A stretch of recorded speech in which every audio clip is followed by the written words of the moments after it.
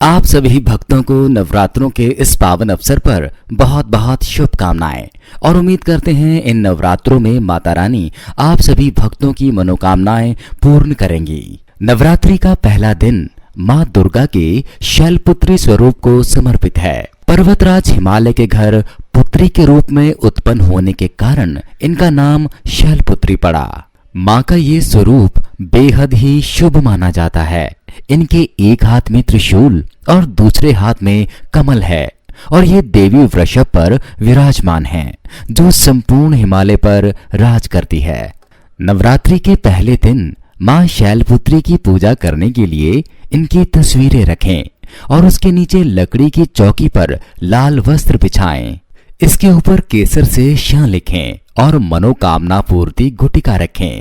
इसके बाद हाथ में लाल फूल लेकर शैलपुत्री देवी का ध्यान करें और इस मंत्र का जाप करें। ओम ऐं हीं क्लीं चामुंडाय विजय ओम शैलपुत्री देव्यै नमः। मंत्र के साथ ही हाथ में लिए गए फूल मनोकामना गुटिका एवं मां की तस्वीर के ऊपर छोड़ दें। इसके बाद माता को भोग लगाएं तथा उनके मंत्रों का जाप करें। यह जप कम से कम 108 बार होना चाहिए। तो चलिए भक्तों, अब मां शैलपुत्री की कथा को श्रवण करते हैं। एक बार प्रजापति दक्ष ने एक बहुत बड़ा यज्ञ किया।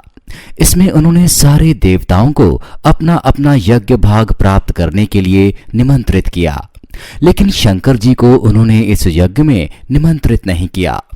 सती ने जब सुना कि उनके पिता एक अत्यंत विशाल यज्ञ का अनुष्ठान कर रहे हैं, तब वहां जाने के लिए उनका मन विकल हो उठा। अपनी यह इच्छा उन्होंने शंकर जी को बताई। सारी बातों पर विचार करने के बाद उन्होंने कहा, प्रजापति दक्ष किसी कारण से हमसे नाराज हैं। अपने यज्ञ में उन्होंने सारे देवताओं को निमंत्रित किया है, उनके यज्ञ भाग भी उन्हें समर्पित किए हैं, लेकिन हमें जानबूझकर नहीं बुलाया गया, कोई सूचना तक नहीं भेजी गई। ऐसी स्थिति में तुम्हारा वहां जाना सही नहीं होगा। शंकर जी के यह कहने से भी सती नहीं मानी। उनका प्रबल आग्रह देखकर भगवान शंकर जी ने उन्हें वहां जाने की अनुमति दे दी।